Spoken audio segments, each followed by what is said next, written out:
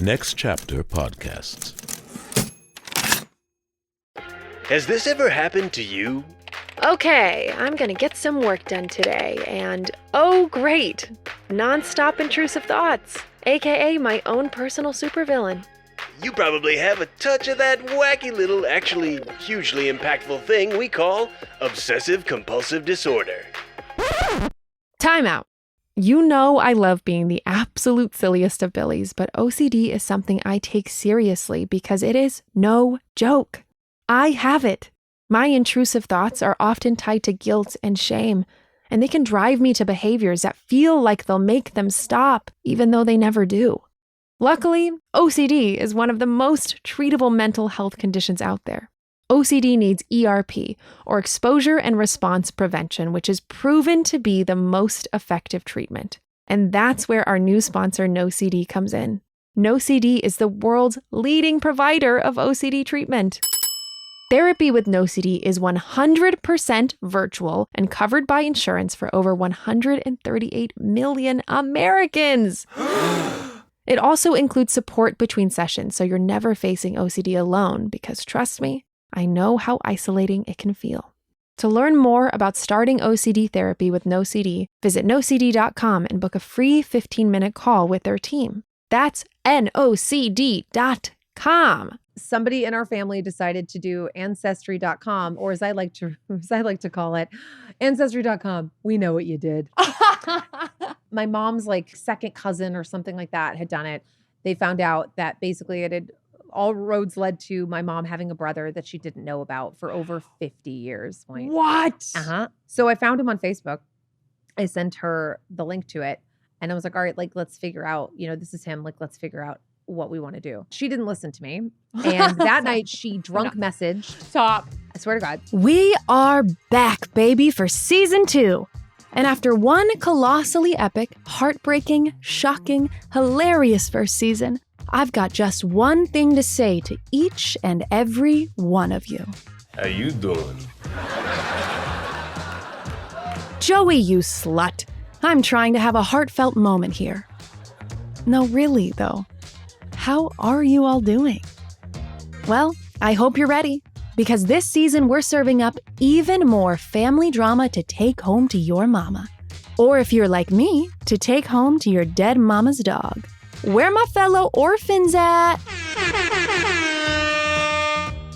We've got incredible guests revealing shocking family secrets, total generational chaos, and the bizarre ways they somehow survived all of it. Because what I've learned is that as soon as you start sharing your own trauma, people with similar experiences will flock to you, like the bees swarming that giant pile of sugar Homer Simpson was keeping in his backyard for some reason. I want it all. The terrifying lows, the dizzying highs, the creamy middles. When I finally started investigating my own family's ridiculous secret for season 1, I was terrified to talk about it. I was worried people would think I was too weird, too broken, too much. Somehow, my dad's deathbed confession that he had a whole secret family gave me shame. But then, I opened that door, and all of you walked through it with me. It turns out there are so many more weirdos out there. People finding secret siblings. Thank you, 23andMe. People uncovering decade-old family lies. People with stories that sounded too unbelievable to tell because surely this only happens to my family. Nope. Everybody has a made-for-TV season of life that feels stranger than fiction. And that's my favorite kind of story. It's what got season 1 praised by The Guardian, included on Apple's best of list, and listened to hundreds of thousands of times. And what made me the most qualified family secret detective. I've been training for this podcast my whole goddamn life. I'm a natural born killer. Season 1 was my fucked up family sitcom. Season 2 is all of yours. Every week, we're bringing on special guests like sitcom writers, Emmy-nominated comedians, and more with stories so wild they'll either make you look at your own family and think, you know what? You guys aren't all that bad. or remind you that you were never the only one living through what felt like sitcom levels of insanity. And from time to time, we'll also be digging into our inbox to share and discuss some of the truly unhinged stories you guys have so graciously sent in to us so far. That's everybodyknowspod@gmail.com, by the way, if you've got some ludicrous family lore that might help other people heal by hearing it. Time out. If you're new here, welcome. You can totally dive right in here, or you can have your finger perfectly on the pulse of family trauma and go back and listen to season 1. That's where I unravel the story of my dad's secret family and all the twists, turns, millennial pop culture references, and emotional damage that came with it. But today's guest is the perfect person to kick off the 90s-inspired talk show that is this new season. All my little everybody's have actually already met her. She's been a huge part of being able to tell my own story. And she doesn't have one, not two, but 3 shocking secret family stories of her own. Our first guest is none other than a voice you know and love, my sitcom mom, comedian and actress Valerie Tosi. You might know Valerie from her stand-up on Conan, from Stan Against Evil, or from producing the popular all-female mermaid comedy hour at the Hollywood Improv. She also hosts the new podcast, Millennial Mood Board, where she and her co-hosts hilariously dissect all the wonderfully ridiculous things that made us millennials who we are. Seriously, if you remember MTV's Spring Break or the lyrics to the All That theme song, you will fit right in. Welcome to Good Burger, home of the Good Burger. Can I take your order? Valerie shares what it was like growing up with parents struggling with addiction, how quickly she had to become the adult in the room, and one of the most unbelievable secret family reunions I have ever heard. Oh, and by the way, don't forget, you can actually support the show now starting at just $5 a month by going to patreon.com/everybodyknowsbutme. All right, so let's get into it. From Next Chapter Podcasts and Companion, here's the one with Valerie Tosi's DNA plot twist. Oh my gosh, Valerie, I'm nervous. Oh, why? I don't know. So many reasons. Because you're the first official interview. I'm honored. This season 2 that we're doing, diving into other people's stories. Also, I just respect and admire you so much. Oh my gosh, get out of here. Back at you. I'm just so happy to have you as your first guest. But before we jump into everything that is you and your crazy stories, that I remember you afterwards, after us filming something one day, you were like, Holly, we got to talk. Because I kept finding out stuff about you and I was like, wow. It's because, when you live through so much crazy stuff, you think your experience is so singular. Oh, and then for the sure. more people that you actually like tell that stuff to, you're like, oh, I'm not so isolated. Yeah, it's a weird feeling to be like, I'm not unique. Yeah. But also want that. Yes. Yeah. Part of you is like, oh, I'm not special. The other part of you is like, oh, thank God, more people in my club. Well, before we jump into all that, I want to introduce you to everybody. You are a stand-up comedian. You're an amazing stand-up comic that I have been friends with for so long now. You are an actress, and you're also a podcast host. Yes. Of a new show that listeners of this show will absolutely devour, called Millennial Mood Board. And so I wanted to talk about that for a second before we dive right into everything, because that show is just like the sister to this show.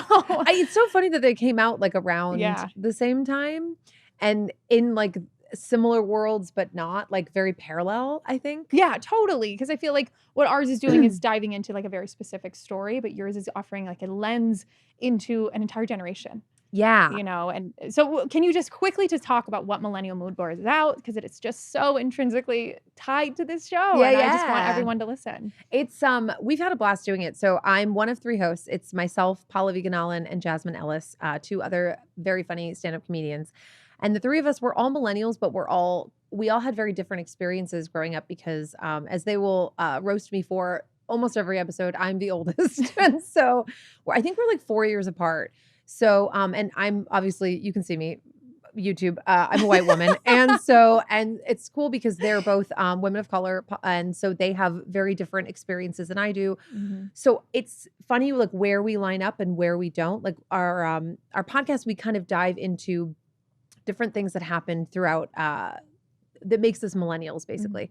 And so it's been so fun because like sometimes we'll take a really big topic and then sometimes we'll take a really small one. So there's kind of no limit to what we can cover, which is really fun. And I'm so excited for everybody to check it out because we really do have a great time. We pop in, we do a lot of sitcom references on this show, but we also do pop culture references in general. And so when you want more deep dives on those pop culture references that we do on this show and more, listen to Millennial Mood Board right now. It's a fantastic show. And support Valerie because my guest Valerie here, listeners, you know her already. You're intimately familiar with Valerie. If you caught the last episode of season 1, then you might have seen her at the top of our video intro. But Valerie plays my mom in the show of my sitcom life. Surprise! Surprise! Someone way too young in Hollywood is playing my mom. Fun fact, I have been playing a mom since my early 20s. Oh, really? Like, I don't. Wait, what? I had a joke for a while that I was like, the industry wants to see me with a kid as much as my mom does. Like, it's been out of control. I booked a thing for Golden Plump Chicken, was on a bunch of billboards when I was like 24 years old as a mom for the Mom Squad. And everyone's like, wait, what? And I'm like, I don't know. That was like 20 years ago. Out of control. Yeah. I mean, I will say, I think interesting that you're doing it, if you're doing it for 20 years, and this says something about the fact that like, you look the same, baby. Oh my God, thank you. Well, you are the voice of my mom, and obviously, you had a hard job. I would say you had by far the hardest job of anybody in the cast because you were playing a character that we wanted to make funny that was also dealing with horrific things. Like you'd my bread and butter. But I wanted to ask what it was like to play that kind of character. I mean, you nailed it. It was fun. And I think too, because I come from a family riddled with addiction. So which was said as a child coming from a family with a little sing-songy tune behind it. I come from a family of trauma. I know. Very trauma. Trauma. Kid. So I think it wasn't hard for me to kind of pop into that headspace because I also talk about that type of stuff on stage too. So I'm not unfamiliar with it. Yeah. Yeah, and I think too, because just being in the comedy world, like you can read a script and you know where the beats are. And one thing I've kind of tried to explain my family to people when they're like, well, what are they like? I'm like, it's kind of like The Simpsons on crack meets Shameless is kind of like my family dynamic a little bit where, so I think I can see how it would be hard for somebody that didn't have that experience to pull from to do it. But for me, I was like, oh yeah, I know where this is. Yes. Like, I know that it's fucked up, that it's funny, but I absolutely know where the humor is. And you did it so well. Like you made me laugh so much harder than I expected to laugh. Well, I love writing scenes about my mom's deadly addiction. I'm like, what the hell? It was, so thank you. Thank you so much for being a part of that. And it's just such an honor to have you as our first guest because you're part of the family, of the fabric of the show and part of the family of the show. So that leads me to our first official question. Yes. This show obviously inspired heavily by sitcoms. Yes. If you could live in a sitcom world, what sitcom would you live in and why?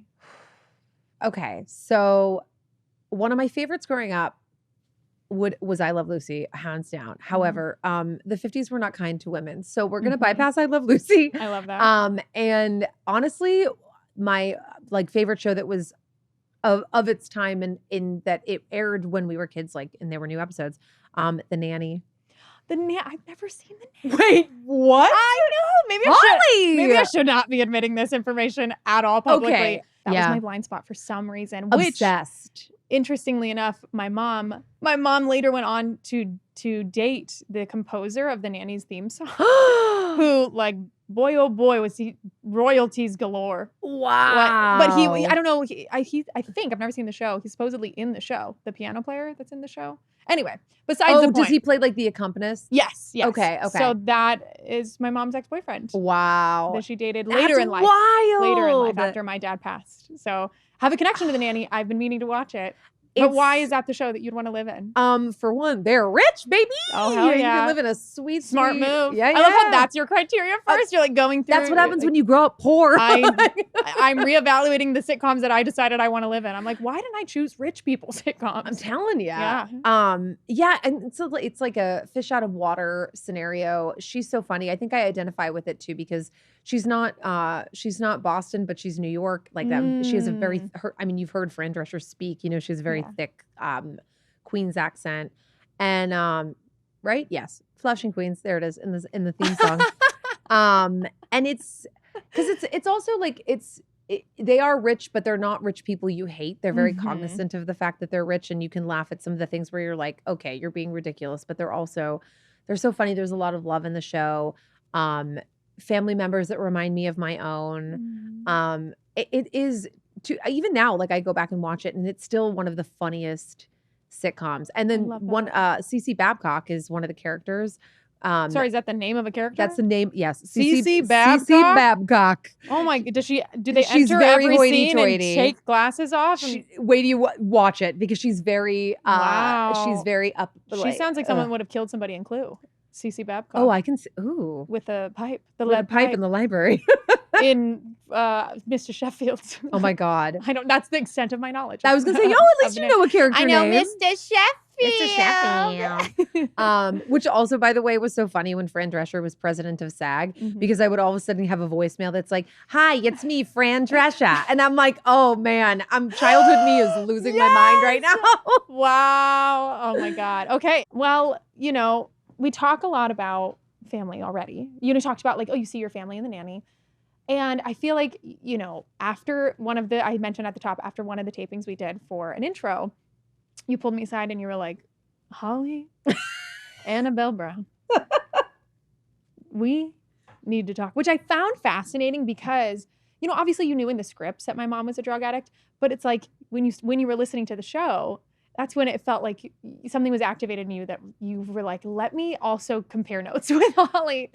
Yeah. And as I've been listening to it, like as each episode has been rolling out, because obviously as somebody that's in the cast, but only in the sitcom portion of it, all of the other stuff was all new to me as I was finding it as your audience was finding it. And so listening to it all, I mean, there are times where I love a good walk, and I'll take a walk and I'll listen to the pod. And also you should know that your podcast is the only podcast I don't speed up. But listening to it, I mean, there's a few times that I would just like, I would well up and I would start crying because there was experiences that I identified with so much. Things that were brought up that I had forgot about, or like things that made you feel less alone. Yeah. And so we definitely have some kinship and a lot of that stuff. Isn't that funny when you find that out about someone that you've always liked and you've always just like had a rapport with that felt easier and natural? And then you're like, oh, that's why. Oh, yeah. Yeah. Turns out we're not just cool. Oh, yeah. We're not just cool and have great taste and game recognized game, like trauma recognized trauma. Shit. The parentified child in me sees the parentified child in you. You know, if we're gonna have to make lemonade out of lemons, then that is one that I'm so grateful for, is the ability to like cut to the chase with people. Yeah. Because you can only do that when you're like, hey, by the way, I can't really fucking think about dating apps right now. All I can think about is the fact that my mom relapsed. Yeah. You know? Yeah. But, you know, you talked about that in the sense of there was so much in the podcast that I felt like you related to. And so, like, what was it like growing up in the Tosi household? Visceral body reaction. Yeah. Yes, I shudder. Cartoon skin. Like, sheds. literally just, it was... Like, I think like every family, like when it was good, it was really good. And when it was bad, it was bad. You know, like my parents have a very codependent relationship where to me, they should have gotten divorced probably a long time ago. They almost got divorced, didn't take. And so they're still together and didn't take. It sounds like a temporary tattoo. Like, we tried. We didn't put enough water on it. They literally tried. And I had a joke about it that's on my first album, and my mom wouldn't speak to me for a while because it was on there. Whoops. Yeah, it was. So they're still together. And again, like I know they love each other, but they also can't stand each other in a lot of different ways. And part of that I know too is like my mom also had a very kind of messed up childhood. My dad is one of 5, very like I'm Italian on both sides too. So it's a lot of yelling, a lot of hand movements. And like my mom, her parents were both raging alcoholics. She also amidst other things. Such a classic trope. I know. You watch Cheers back and you're just like, I can't remember the character's name, the waitress on Cheers. That's Rita. What I think her name is. Oh yeah, Rita Perlman. Rita Perlman. Yeah. She on Cheers she's pregnant most of the time and she's drinking all of the time. I know.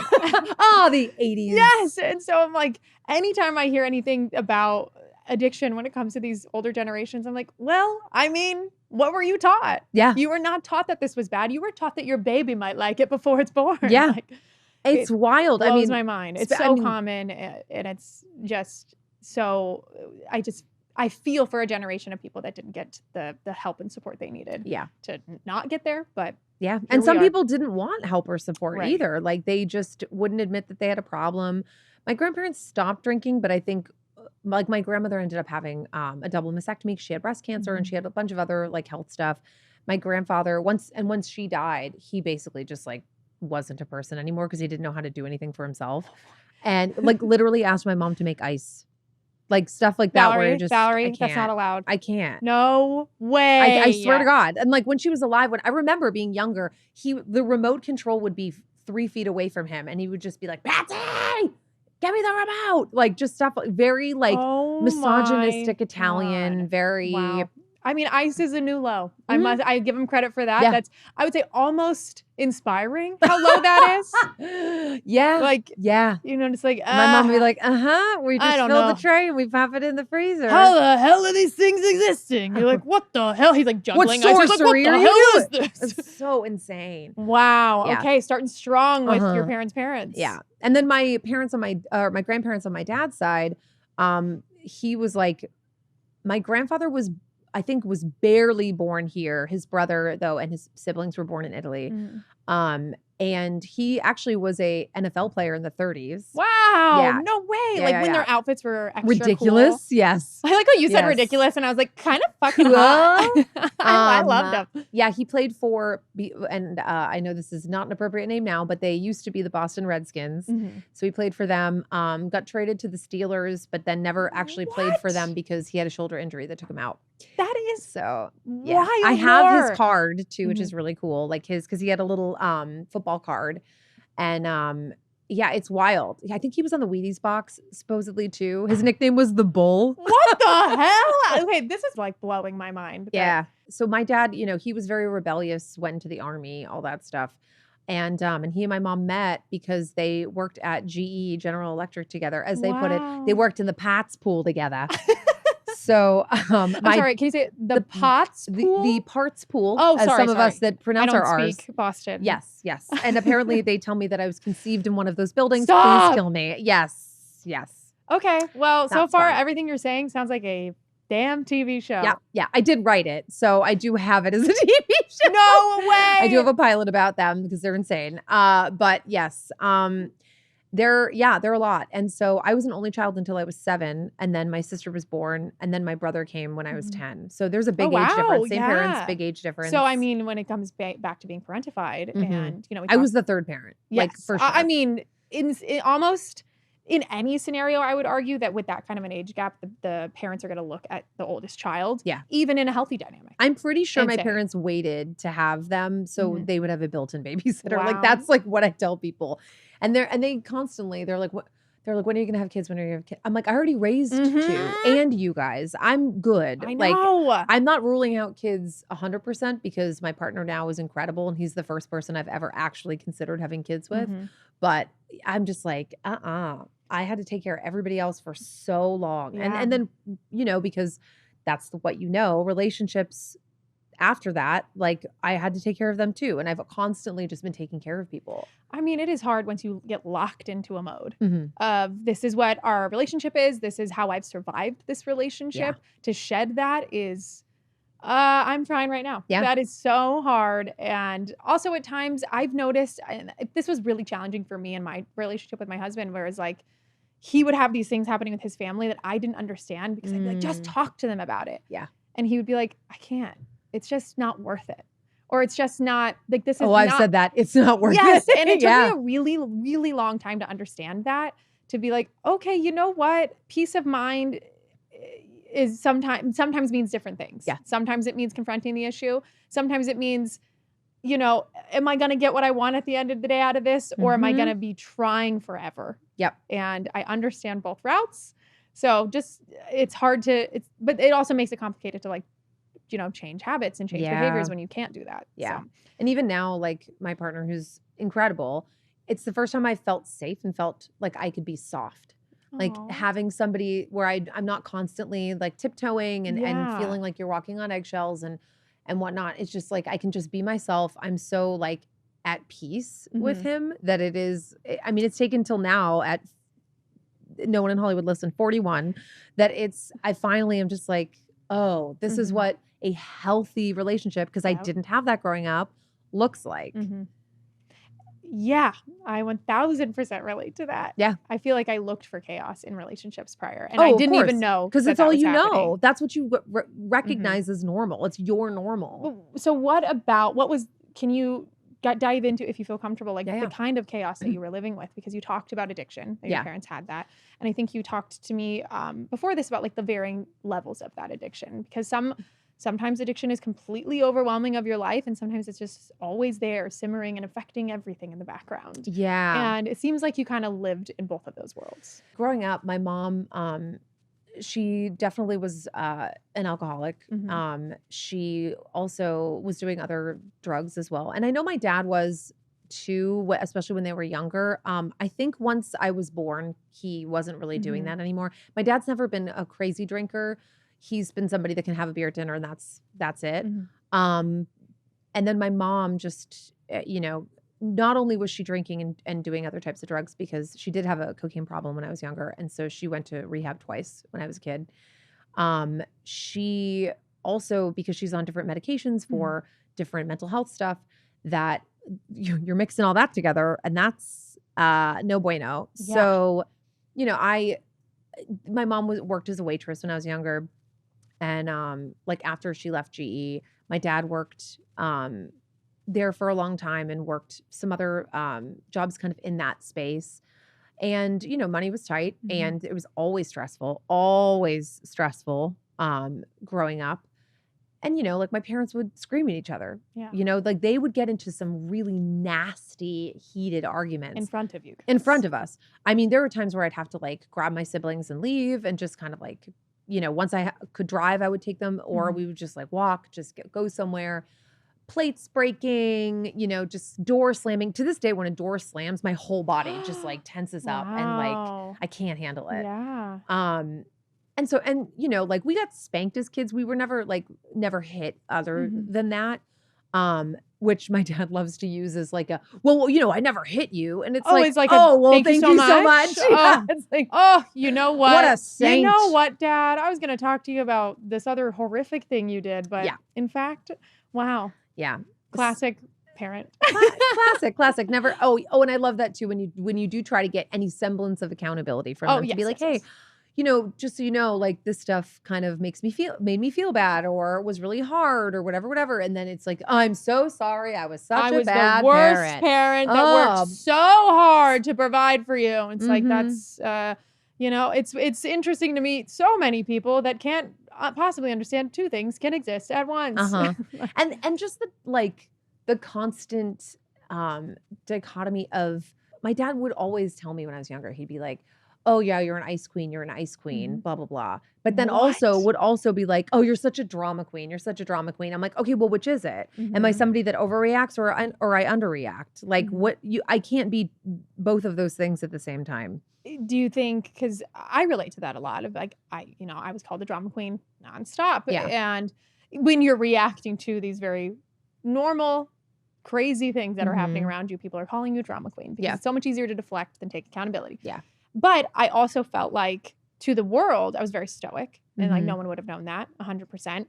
And so is that duality caused by this, where you're just like, sometimes I'm a drama queen because I'm normally reacting to something. Sometimes I'm an ice queen because I have to, in order to, like, I can't deal with this 24/7. Yeah. I have to just button it up. Then I get pushed over the ledge. The drama queen comes out. I think you also start to identify as the things that you're told you are, because you're just like, I Yes. guess that's just who I am then. You know, like the being told an ice queen was a lot of times when, you know, relationships wouldn't work out or things like that. And my dad would be like, well, that's because you're an ice queen. And it's like, well, or no, the person I was dating also happened to be an alcoholic, and I decided that I didn't want that for myself. Mhm. But now there's times where I would date people. My dad would take like the side of who I was dating if things didn't work out, and I'm like, What? what are you even talking about? Because it fit in his narrative. Or they just of happen to what like he's ar- them. Yes, You know what I yes, mean? yes, Where I'm yes. like, oh, sorry that your pot smoking or drinking buddy isn't around anymore. But like, you know, and it's so frustrating. And even now, my partner doesn't drink. Like quit drinking 4 years ago. And I'm just like, it's incredible to be around that. Like Mhm. I didn't drink until college because I was terrified of Same. of that. I was so scared of becoming Yeah. an alcoholic because I saw what it was like as a you, kid. like straight edge at Mm. all because of Up that? until then, yeah. I was like so Yeah. straight edge. Oh yeah, I didn't smoke weed until way later too. Yeah, same. And now I do love me some weed, but I have like these like invisible rules I put in for myself Mhm. too, where I'm like, I won't drink if I'm upset. I'll Wow. only, Still to this day. Mhm. I'll only drink if I'm like a little stressed out or something, that's fine. But if I'm like really upset about something, Mhm. like I'm crying or whatever, I will not let myself drink because I'm terrified of ever Wow. having to rely on it as a crutch I mean, and falling health- into that. in a way that I think boundaries can be healthy, and like Mm. you know, if that is something that happens in your family, and we don't know that addiction can be genetic, so it's like healthy mindset to have to some degree. But I understand that too, because I also feel, and I'm curious what you feel about this, like observing so much addiction, observing how it affected my family. Mm. I'm like, I will never let that happen. I Yeah. know I will never let that happen. That's kind of how I in feel 1,000 million years. Yeah. Like and I understand, but I like the fact that I feel that in you. I feel like, oh, I wouldn't be worried about that with you at all, Valerie. But you're also like, well, why take the chance? Yeah. Why two things can exist at once. You'd be like, that's not going to be me, but I'm not even going to fucking tiptoe myself in there Yeah. to see if it could. Yeah, because I mean, like my sister has battled addiction too. So Mhm. I've seen like, I know it can happen, and I guess in my brain, it's like, oh, it's just like simmering under the surface and one false move and it could, Yeah. you know, and I know my brother was like that too. Like we just didn't like, it wasn't until I got to college that I finally was like, okay. And I tiptoed into it. And how'd you fare? I- Classic college, or was it a little still straight edge Valerie college? Diet Coke and Parrot Bay were my drink of choice.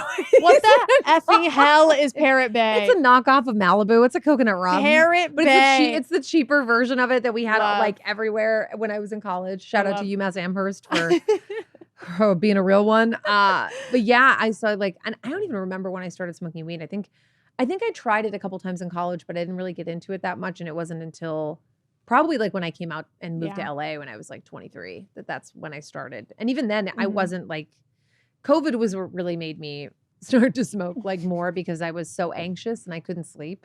So I started like now I Valerie! basically use it to go to bed. Valerie, okay, this is blowing my mind, because when you said that there were things that we have in common, like you know, we have addiction in common, we have having to parent ourselves, we Yeah. have secret family stuff in common, but everything you're saying now of the byproduct of it too, I'm like relating to so intensely hard. So I wonder if this is, I feel like this might be where we differ slightly. Mhm. For me, I've never been diagnosed with having Mhm. ADHD or anxiety or depression or any of that. For sure. But that's only because I haven't, like, I've gone to therapy. I know my dad has anxiety and depression. I think he's also bipolar and like diagnosed. Yes, he was. My mom has anxiety, depression. Mhm. So I know for sure Right. that I do. And so, but because my mom has had addiction problems, and specifically with prescription meds too on top of it, I'm too scared to get on any type of prescription med because I'm terrified. No, I'm the exact same way. Wait, really? 100. Valerie, I'm this so scared to like get on it this because is I don't want to be blowing- addicted. Even though same. Ugh. Okay, so actually I'm so glad you brought this up, because your boundary of I'm not going to drink when I'm upset, Yeah. I don't have that when it Mm. comes to drinking, but I 1,000% have. I don't even like taking Advil. Advil I will take Like- because I get like raging headaches and like. I mean, really I'll bad- take it. I'm saying that is like what I will take. Yeah, And I do not go beyond that unless like dire situation presents itself. But I'm the exact same way. I'm similar in that like I felt like this is making me feel so less alone. Oh, I would get made fun of, not relentlessly, but just kind of like, Holly, roll your eyes in high school, that I would really judge my friends for drinking. yeah. And I would too. I would too. I would argue I was not like a kid, I was in theater, but I was pretty, I hate to say this, I was pretty popular at school. I went to a small school. Everyone kind of knew That's everybody. where we differ. Finally, we found it. We found one. And I wasn't invited to all the parties because I didn't drink. Even though everyone still liked each other, but I wasn't invited. My friends kind of like had a separate, I have my best friends still to this day that I am friends with from middle school, but they have this whole world that I wasn't a part of when it comes to like drinking and doing drugs and like experimenting, because they were like, Holly's such a straight edge. Yeah, I definitely. I knew some of my friends were hanging out without me because of that. Yes. I know with theater too, like we would, like a lot of my friends did sleepovers, like mixed, like men, like boys and girls sleepovers. And I could never sleep over. My parents were way too strict. Absolutely not. But I could go for a Interesting. little bit and then come home.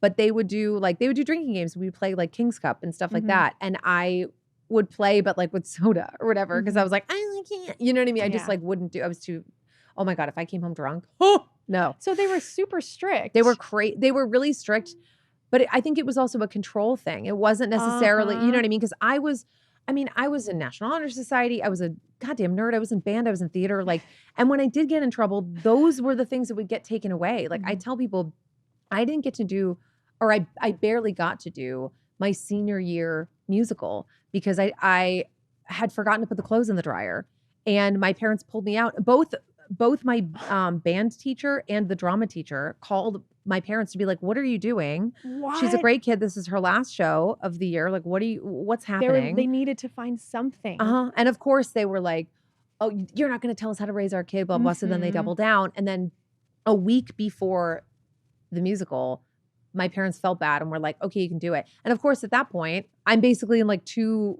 ensemble numbers because that's all I have time to like do or learn because they're already in tech week. So it was like that type of stuff that was getting taken away. It was like the arts, which is fascinating. It's like, I mean, it's like you're not doing the classic bad kid stuff. So No. they are finding other nothing. things. It's like you're gonna take away band. Literally. You're gonna take away Yeah. band. I would come home and my dad would be like, oh, we're out drinking.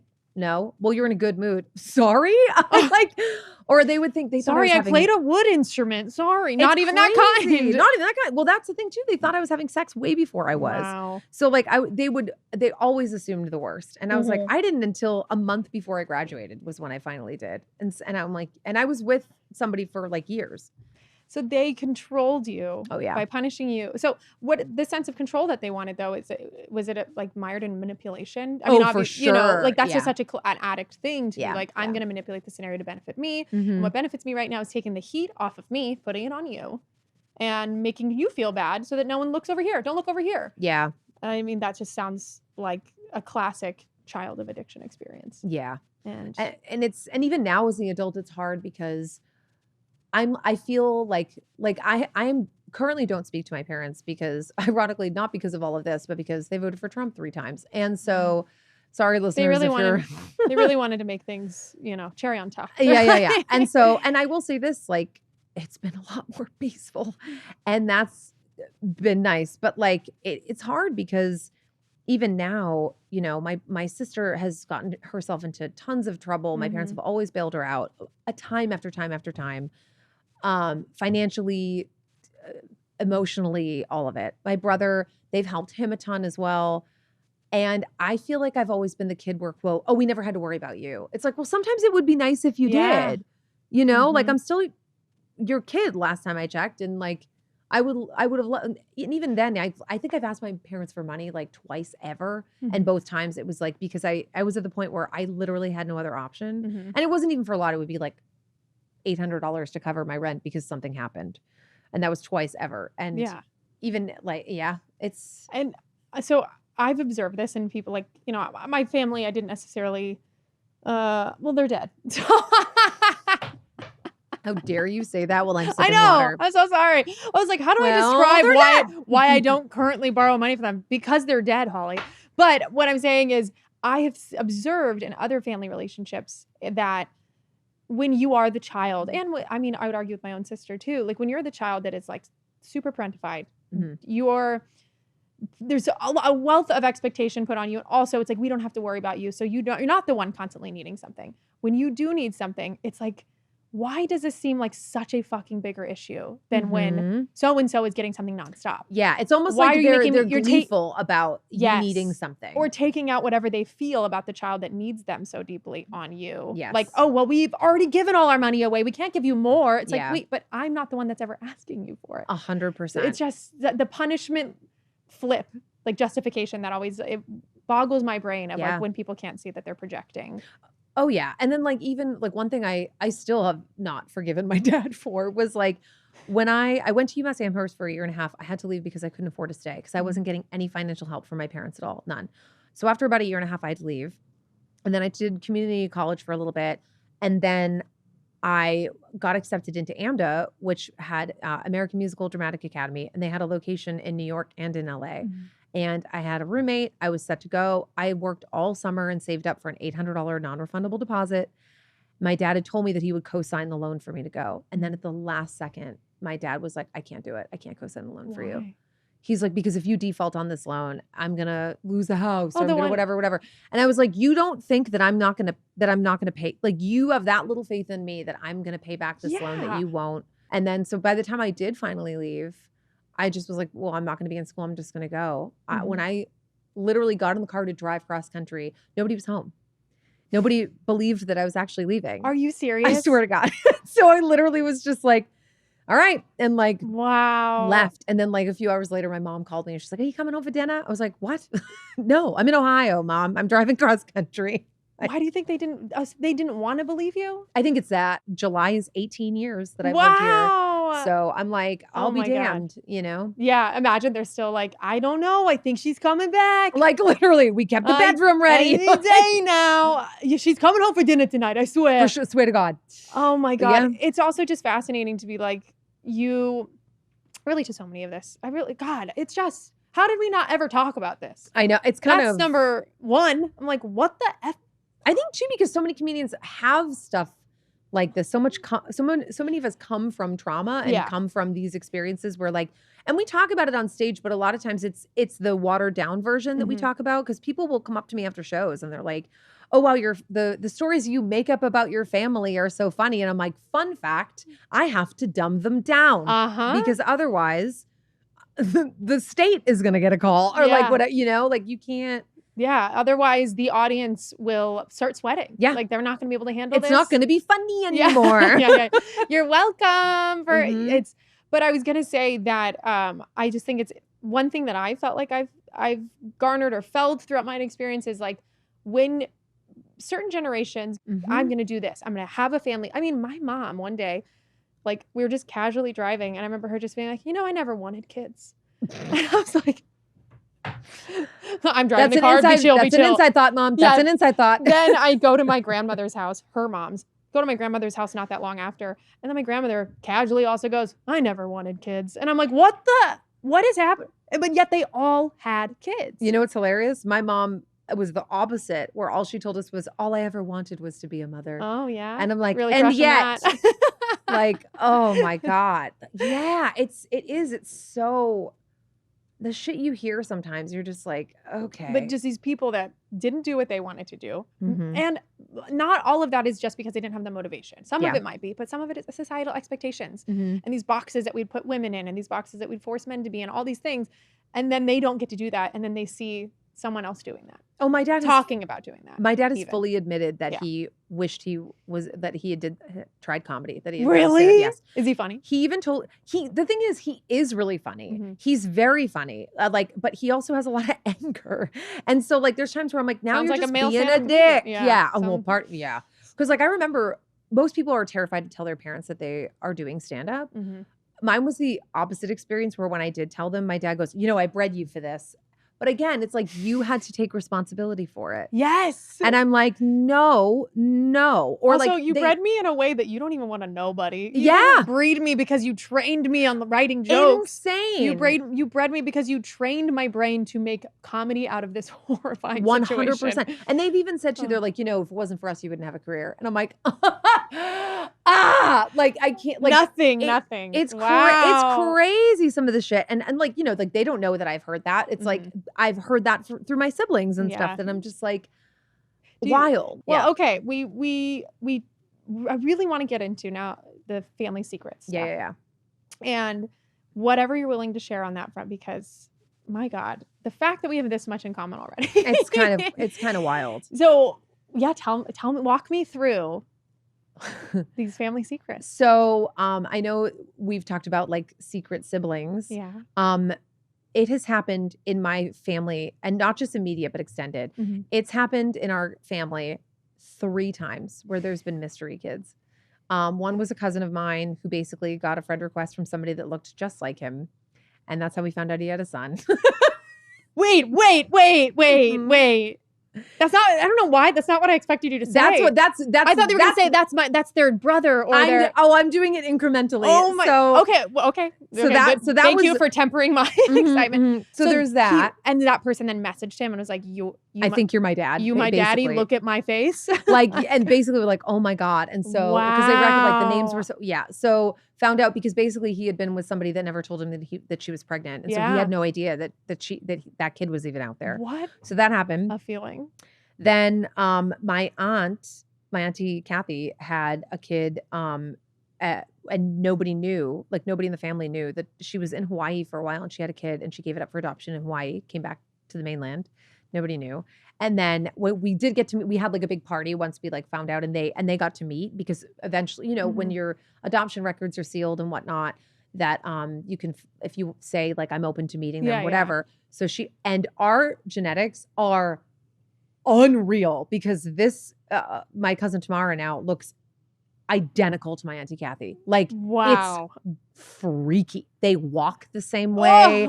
They have the same mannerisms, and they didn't know each other until, I think she was like 30 when they finally met or something. So very, very crazy. So that happened. Also, I love the idea. Like, it's so 90. I don't know when this happened. You said she's 30 now, so I'm getting at the times wrong, but it's so like 30 then when they met. This was a few years back. It feels so 1950s to be like, so-and-so went to Hawaii for school. Yeah, she was just having a really tough time. She just went to Hawaii for a job. And then, for 9 months. Yeah. And I'm like, honestly, kind of a hack. Kind of, yeah. If you're gonna be like, instead of being shipped off to boarding school or put in a nunnery, it's like, at least go to Hawaii. Truly, at least make a vacation out of it. Oh. Okay, that's number 2. And then the third, which was the most recent. Oh my God. Somebody in our family decided to do Ancestry.com, or as I like to call it, Ancestry.com. We know what you did. And please be a sponsor of this show. Literally though. For real. So my mom's like second cousin or something like that had done it. They found out that basically all roads led to my mom having a brother that she didn't know about for over 50 years. My grandfather had cheated on my grandmother. And what's crazy is my mom was an only child up until that point. What? And she had always wanted a sibling. And when she was young, she had said to I just know, I know that somewhere out there, I feel like I have a sibling. And my grandfather, apparently, she remembers saying that as a child, and that kid was born already. And he knew about it, obviously. And he was really freaked out. So my mom did it basically. And then she told me, this is when our relationship was a lot better. When she told me, and she's like, I have his name. I don't know what to do. And I was like, well, let me find him. She's like, how are you going to find him? I'm like, I'm a woman. Give me 5 minutes. Yeah. I'm a woman that understands keywords and knows social media. We are detectives, whether anyone wants to believe it or not. Yeah. So I found him on Facebook. I sent her the link to it, and I was like, all right, let's figure out, this is him. Let's figure out what we want to do. She didn't listen to me. And that night she drunk messaged. Stop. I swear to God. What Yeah. an intro. Ah. What an entrance. And was like, basically like, hey, like you're my brother from another mother. Swear to God. Wait, can I'm you like, say it in Boston? you're my brother from another mother. And I say it in Boston. And then basically they were like, okay, let's talk. So they ended up talking on the phone. And I was like, well, how did this happen? How did we not know about it? And she was like, well, I forgot to ask him that, Pat. I was like, that's when I found out that she'd been drinking when she called him. And I was like, you've got to be shitting me. I forgot to ask him. I was like, that's the only part, Mom. The only part. So they ended up like talking. And this is the other crazy part. Where does this man live? No. Oh. San Bernardino. So my mom came out to visit me. Mm-hmm. And the first time they met was where? At my comedy show. They came. You can't write this shit, baby. They came to my show and I brought them both up on stage. Valerie, I swear tell to me this is God. recorded. I don't think that show. I might have I know I have photos from it. Oh my God. You brought them, they had met moments We went prior? we literally went to dinner and then Okay. went to the show and then And they were game for this? I Or did you kind of just made them do it.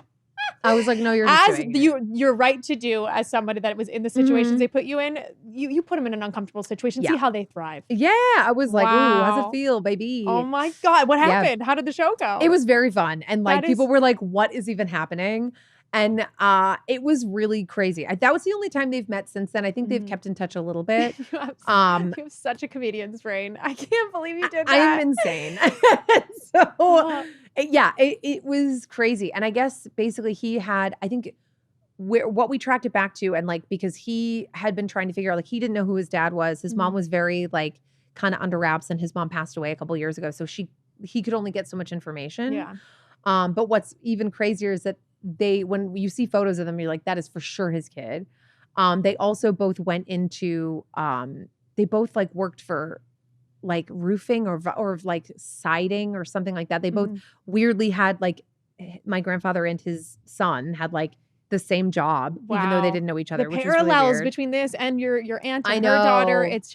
it's very wild. it's freaky. There's nothing at times, like it's lovely that happens and that our DNA can be passed on like that, but it's also Yeah. there's an element to it that is a little freaky. It's crazy. Yeah. So what we think happened was that his mom was a waitress at a diner or something like that, and that they had an affair. Mhm. And then at one point, she pulled up to someplace that he, I think I'm getting this right. Someplace that he was, maybe she pulled up to the diner he was at or something, and basically was like, come outside. And she was like, that's your son in the back. And so he knew about it. Okay. And then it was secret, like after that for all this time. Yeah, pretty wild. And what's crazy is I remember too, like my mom always told us when my siblings and I would fight, she'd be like, you don't even understand. I would give anything to have a sibling because she God. hated being an only child growing up, hated it. So, and then Wow. she did. She really had a sibling out there. And how are they now? Are they? They're like, I don't think they It's- really talk too much. It's kind Yeah. of hard because, you know, they're both like in their 60s Yeah. now, and they live on opposite sides of the country. So they've talked and like they keep in touch on Facebook, but it's kind of, that's pretty much it. Because both my grandparents are also dead. That is, Yeah. it's just, there's so many points during this conversation where I just like envisioning the story, the sitcom or the movie of your life, where it's like, you just said another thing and it's so cinematic. I mean, the way you're describing it too in such great detail, but like pulling a car up and saying, that's your son in the back of the car and pointing, it's just like, that is something that people dream of writing, Yeah. but that is your real life. He was an interesting character, my grandfather, because he also, we're pretty sure he was a bookie for the mob. Oh, right. Lest we for fucking get. Let's see for fucking get. Okay, good. I'm glad we're talking about this. 'cause, Yeah. ugh. So we're pretty sure he was a bookie for the mob. He quote unquote sold vinyl siding. And Heard And- that before. Yeah, yeah, You yeah. know what happened to that guy? Dead. well, that's like insane. So when my mom was a junior, it was the summer going into her senior year. All of a sudden, my grandfather was like, "Pack up the family. We got to move to Arizona," and literally moved my mom and her We don't mom just moved to Arizona. to no, of course not. Hey, so they sorry, went for like a year. Arizonians. Pretty sure that he was running from the mob or whoever he owed money Oh to. my God. Then they ended up coming back. Mhm.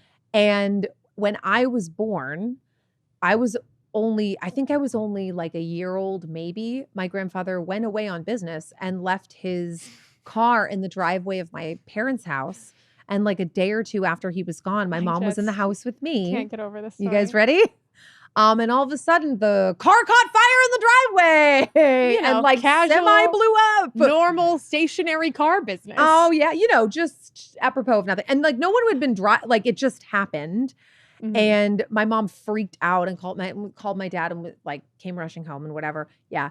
So we're pretty sure. I mean, I feel like, don't take this for science or any type of actual fact, but when you're a child that has like had to parent themselves and forced to develop a type of read the room social awareness that you have probably been forced to do. Oh yeah. Your gut's probably right. Oh yeah. There's a level at which you trust your gut in a way that's like, no.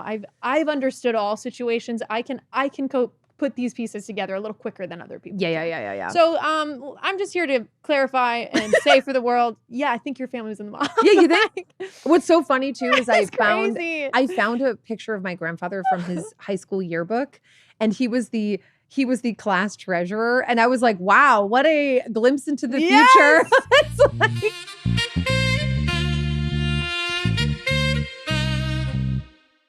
Choice Hotels get you more of what you value. Here's a little tune to help you remember. Same drive, different day.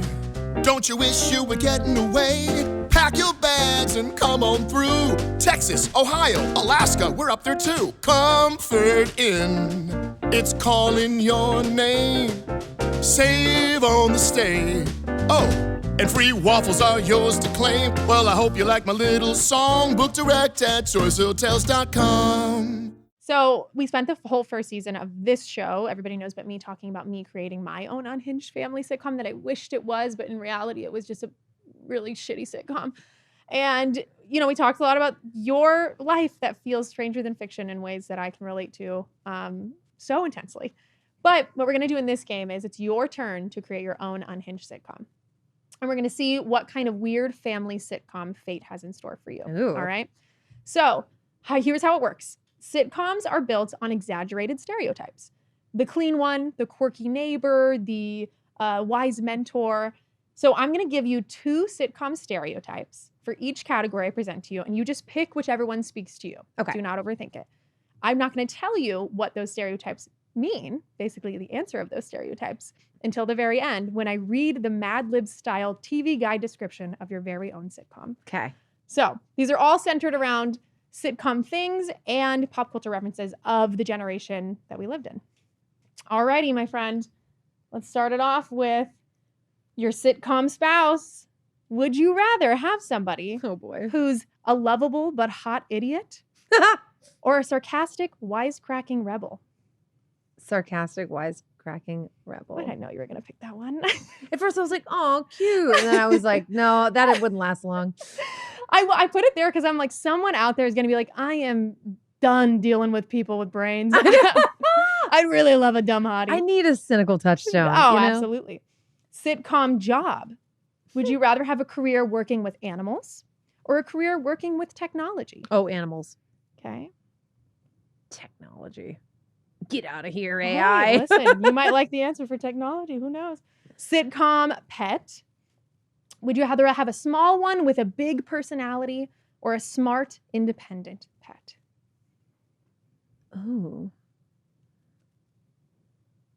This independent pet also has a personality, but they're just a little more small one, big personality, needy. Okay. Smart, independent pet, less I needy. feel like I have one of each of those at home. So let's take the little one. Small, Alrighty. small, crazy, or whatever the hell it was. Beautiful. Then lastly, 2 more, sitcom hangout. You're going to choose the stereotypical sitcom location. I feel like one has to be a coffee shop. So one is the location so far. I'll get you in the specifics of that with the answer, but would you rather be in New York City, which is pretty broad, or somewhere shopping? Oh, New York City. New York City? Yeah. Okay. Especially since I just came from there and I'm like, do I move here now? Okay, lastly, we're going to find what your sitcom family secret is. Oh, God. Do you want it to have to do with a hospital mishap or a DNA surprise? What if I already had one of those? So whatever speaks to you. Let's do the DNA surprise. Okay, I'm kind of glad you picked that one. Alrighty. Okay. Okay, I'm going to read you your log line of your family sitcom. All right. Ready? Mm-hmm. Every week, Valerie from Boston tries to survive life with their spouse, Alf. A job as Shamu's trainer, the daily chaos caused by their Furby, and find time to hang out at Monica Geller's apartment when she's not home, Stop. you weirdo. But one thing they're about to find out is their real dad is the pug from Men in Black.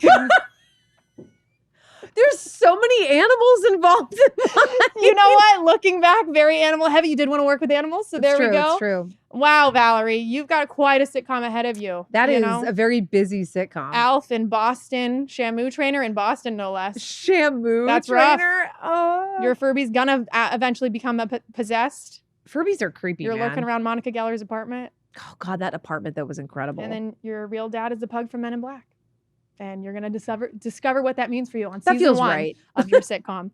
All right, Valerie, I just want to thank you so much for being here today. Oh, thank you This so was much for having amazing, me. an honor, and just so glad that you're a part of this sitcom family. Oh, I'm Thank you so glad so to be a part of much. it. It's less dysfunctional than my own. Everybody Knows But Me is a production of Companion Arts and Next Chapter Podcasts. This episode was written by me, Holly Brown.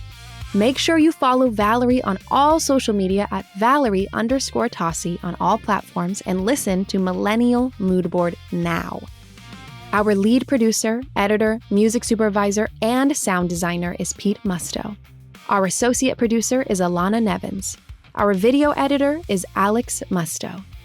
Our original theme music is by Kyle Murdock, and our show artwork was created by Aaron Hill. Our executive producers are Jeremiah Tittle and also me, Holly Brown. New episodes of Everybody Knows But Me come out every Wednesday. Go to patreon.com/everybodyknowsbutme to support the show starting at just $5 a month. And follow the show on Apple Podcasts, Spotify, youtube.com/@everybodyknowspodcast, or wherever you get great content like ours. Do you have a story of family secrets or darkly funny drama that you want to share? We want to hear it. Email us at everybodyknowspod@gmail.com. And make sure you leave us a rating, review, or drop a comment telling us what you like about the show. Follow me at Holly Brown Comedy and the show on all social media at Everybody Knows But Me. And come back next week to hear more of the stories we tell ourselves to survive.